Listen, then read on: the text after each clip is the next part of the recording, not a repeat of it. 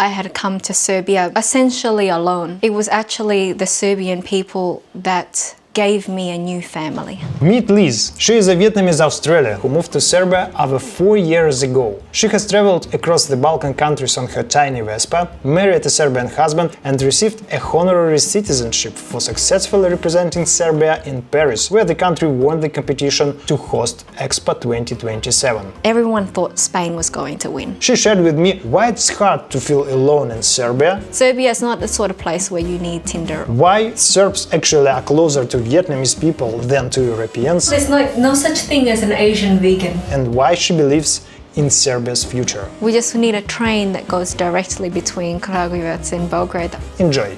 Ljudi dosta pričaju sa mnom na engleskom, pošto izgledam kao azijatkinja. Očigledno da sam stranac i oni insistiraju da pričaju na engleskom sa mnom i to baš loše za učenje jezika. Još jedna stvar koju ljudi ne primetuje i to je uvijek morate da planirate svoju rečenicu unapred. Naprimjer, ja hoću da kažem koja je tvoja najomiljena srpska reč. Ne primetite, a Srbi znam da sigurno ne primetite, posljednji reč u ovoj rečenicu promeni 4 reći pre njega. Ove rečenice, koja je tvoja najomiljena srpska reč, treba mi 5 sekundi da to izgovorim. I posljednji reč, koja je ženski rod, promeni koja, tvoja omiljena srpska, bukvalno 4 reći pre reč. Ako promenim posljednji reč, da kažem, ne znam, stativ.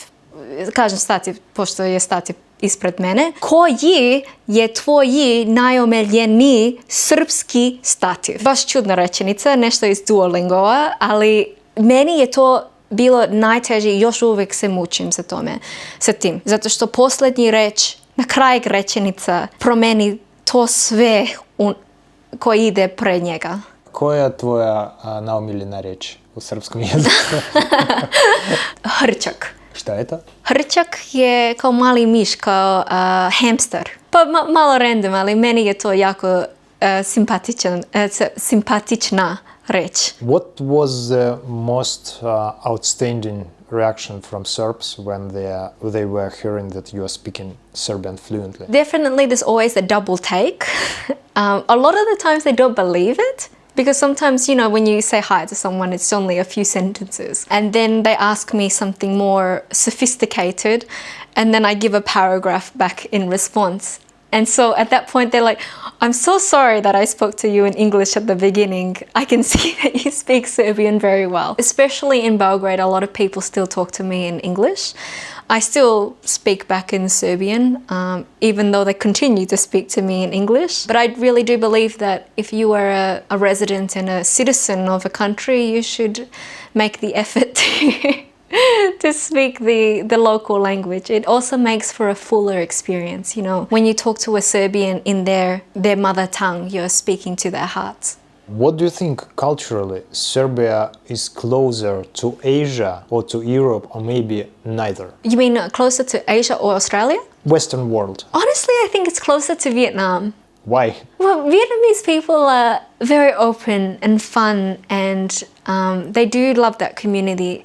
In the south of Vietnam, that is, because in the north it's a bit more business orientated. That's closer to the west. But in the south, where my family are from, they're arm in arm. They're very loving, they're very caring. They love family, they love hanging around in big groups and having coffee. Vietnamese people love beer, they love soccer. I mean, they're crazy about soccer. So I think if a Serbian ever went to Vietnam, they would feel right at home. You know, there's no such thing as an Asian vegan. Why? Oh, we love meat. We love to eat.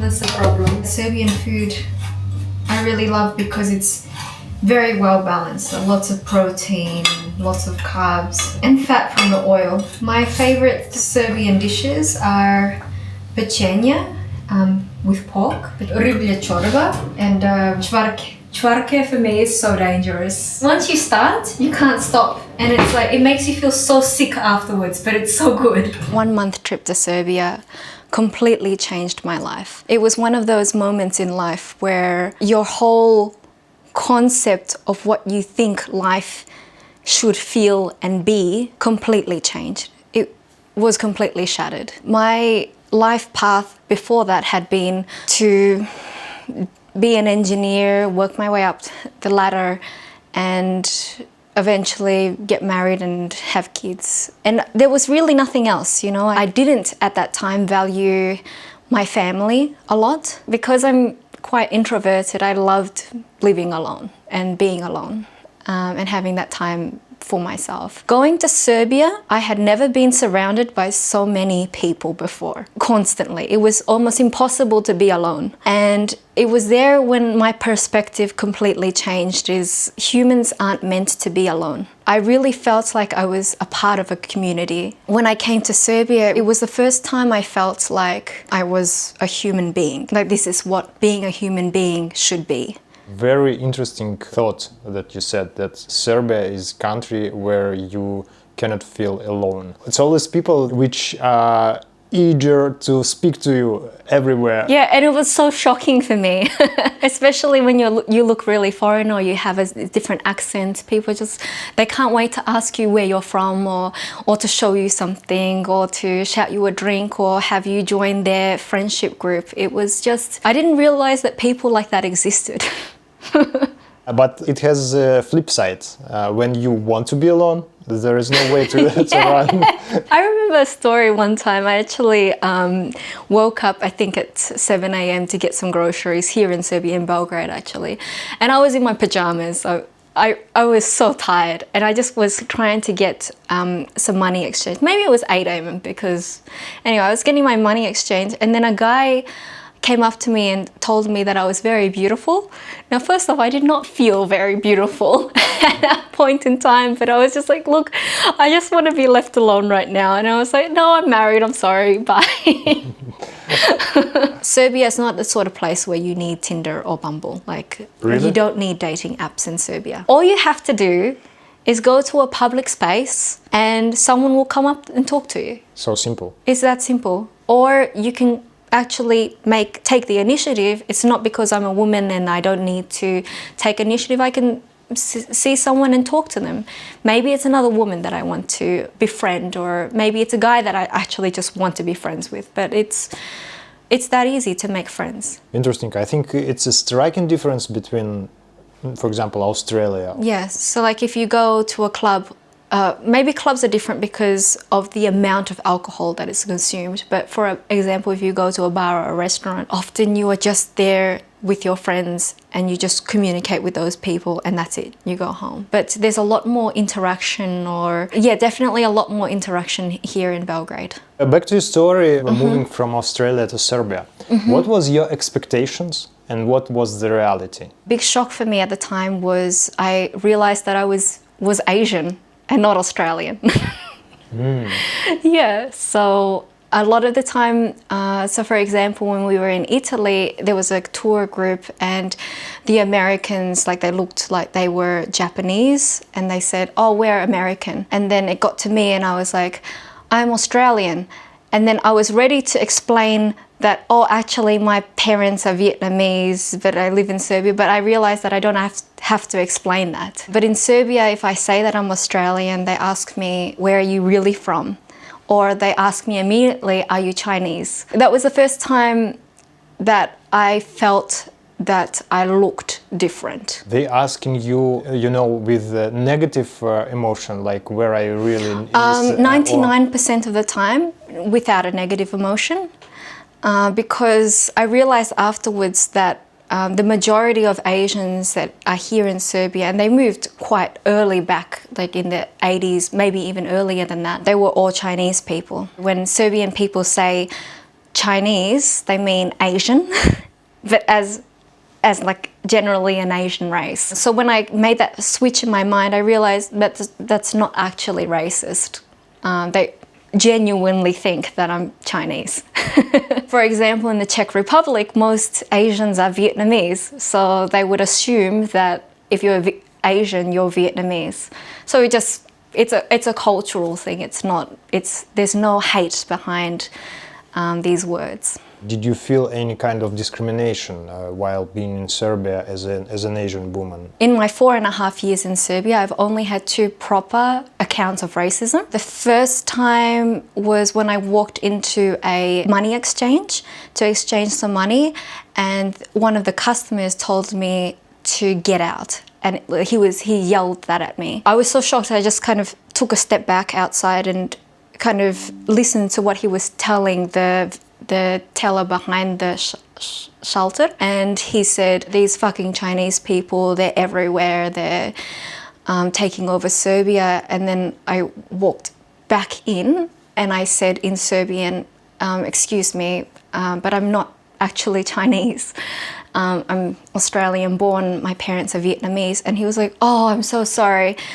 Oh, you're Vietnamese. Oh, you guys won a war against America. Yeah, Vietnamese people are our brothers.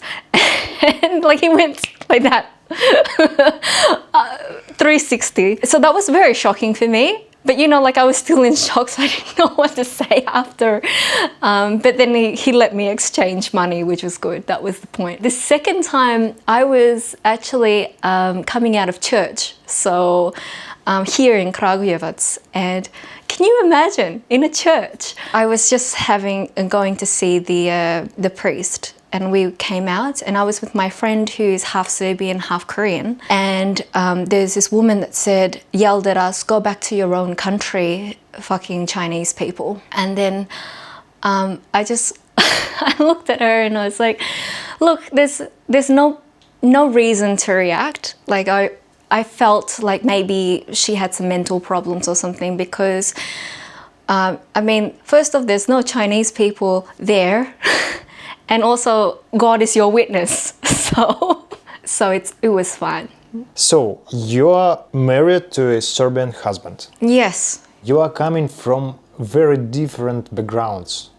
Is it challenging in everyday life to live with a Serbian husband? Honestly, no. Because when you meet your soulmate, it doesn't matter where they're from. The communication and the connection is deeper than that. And there are times sometimes when he's feeling something or I'm feeling something and we just know, you know, maybe you feel it the same way in your own marriage. A lot of things don't need to be communicated. Some things don't even need words to be explained. We met in Serbian. And our relationship continues in Serbian. Definitely during my relationship, my Serbian improved a lot, but there are definitely times where I can't explain what it is that I want to say. Or sometimes when we're fighting, I can't express myself well enough in Serbian and he can't understand me in English. So then I have this very butchered way of trying to explain what it is that I want. Why did you choose Kragujevac, not Belgrade, for living? Kragujevac is a city, the 4th largest city in Serbia, and it's a city that has everything that you would need to grow a family. So there's hospitals, really good universities, kindergartens, a big shopping center.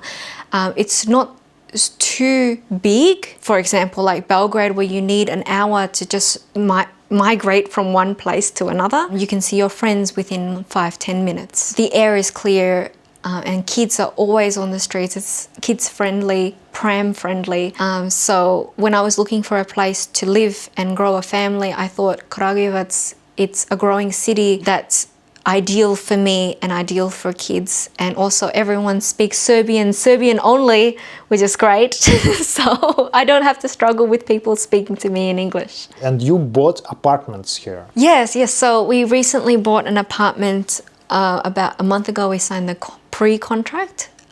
It's in installments, hence why it's a pre-contract. It's in Sokolis. How high could be the price for apartment in Kragujevac in comparison maybe with Belgrade? It's definitely cheaper than Belgrade. So for example, our apartment here in Kragujevac, it's a little bit more expensive because it's a new development. It is 1,500 euros per square meter. It's a good price. Yeah, it's way more affordable than 3,000 per square meter in Belgrade. And I think it's a good investment. It's a growing city. We just need a train that goes directly between Kragujevac and Belgrade. That would be nice. Like Novi Sad and Belgrade. Yeah. If there was one that went from Belgrade, Kragujevac, Niš, you would be connecting your 2-3 of your 4 largest cities together. You have obtained Serbian citizenship. Yeah, so that Congrats. happened. Thank you. It was, I got it relatively early for a foreigner. I'm very blessed. I'm definitely very blessed. Can you tell a story behind this? Last year in April or May or something, I can't remember. I got a random message from literally a random person on Facebook and said, we have an opportunity for you. Can we talk? The guy ended up calling me and said, hey, we have an opportunity. We would like to send you to France, to Paris, to give a speech about your life in Serbia. I think at the time they didn't even tell me what it was for. Or maybe they told me it was for Expo, but at that time I had no idea what Expo was. I thought they were kidding. What it turned out to be was I went to Paris and there was a room full of representatives from every country in the world. And it was the vote to choose which country would host Expo in a few years' time. At that point, I realized the gravity of the situation. We were up against Thailand, Spain, Portugal, America, and us, Serbia. And we were the very last team. Everyone thought Spain was going to win. Everyone, the entire Right. world thought that Spain was going to win because they had the right infrastructure. I mean, it's Spain. And there was a lot of hype coming up to their speech. But what happened was Spain, Portugal, and America brought on politicians to represent their country. So their presentations was 20 minutes of, here, this is our country, look at how beautiful it is, we have this and this population, this and this infrastructure, we've been building this for Expo, this is why the country would be good for the Expo. So they were just boring. They were really boring. I almost fell asleep. I hope Spain and Portugal and America aren't watching, but yeah, it doesn't matter. And Thailand went all out. Thailand made a musical production on stage. It was crazy, and there was so much lights, and they brought on an opera singer, and then there were all these kids that came out in the end and like held hands and drew their hands up into the sky and said, come to Thailand, you'll have so much fun or something, or we're great. I can't remember what they said, but it was a really good production, but very over the top, especially when you're in a room full of basically politicians. We had to follow up on the musical. So there were 5 of us that presented, 2 Serbians that were the hosts. I believe one of the hosts was Dragana, I think her name is Dragana, who hosts Ja volim Serbiju. I had planned my 3 minutes presentation and I had practiced it. And I remember I was doing great. And then after 2 minutes or 1 minute, Dragana asks me a question and I just blanked. And there's a lot of pressure here. I realized the gravity of the situation and I just had stage fright at that point. And then at that point, I just started talking from the heart. I spoke about how I had come to Serbia essentially alone. It was actually the Serbian people that gave me a new family. Then after I got to that family bit, my speech came back.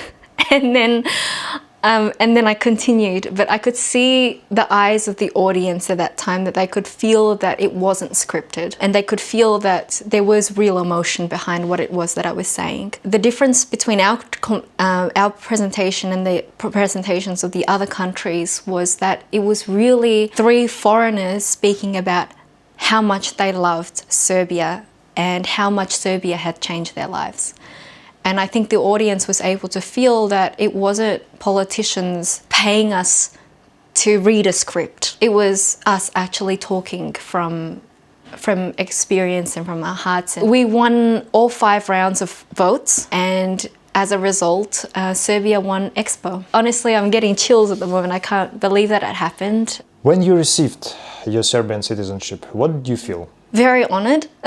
And also, I didn't believe it. I didn't believe it was going to happen, because there had been times in the past where people had been like, oh, we can give you honorary citizenship. We know a guy. And it's never happened. So I've had my snowman destroyed. Do you also have the same expression in Russian? Snowman destroyed. Yeah, so like when you have a fantasy and it's destroyed. I think we have, but it's not about Oh. snowman. Yeah, It's about my dreams were broken, like this. Oh, yeah, it's like the literal Yeah, meaning. yeah. So in Serbian, there's like rušiti sneška, which means Seriously, like it's beautiful. to. Yeah, no, it's cute, isn't it? Now you're preparing pasulj. Yeah, so the pasulj is finished. Now it's the preliv that goes on top. Basically, it's like a mix of paprika, flour to thicken it up, a little bit of vegeta, and I like to add a little bit of majčina dušica. I actually don't know what that is in English. How has your personality changed after these 4 years in Serbia? I think I definitely made the transition from young adult to adult during these 4.5 years in Serbia. So I feel like at the very beginning, my vision was very closed-sighted, very central and selfish. My perspective now for life includes definitely more people, a lot more people. And also I managed to repair my relationship with my family. My relationship with my family now is much stronger than it was 4 years ago. I learned that from the Serbian people to value family. You only have one family. I've learned that if you do a good deed for someone, often you don't expect a good deed back from that same person. Sometimes you just do a good deed and expect that perhaps God or karma will bring the good deed back your way.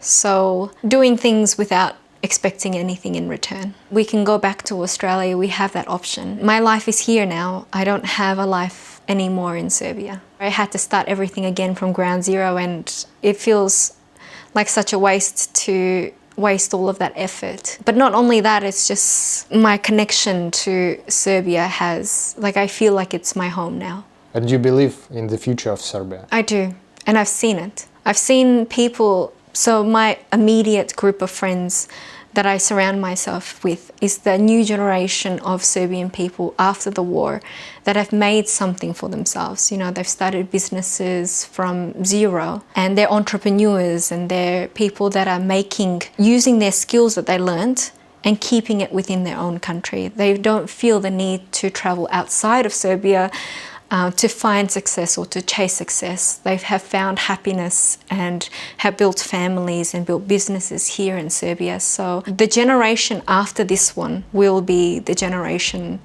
of hope, the promised generation, I hope.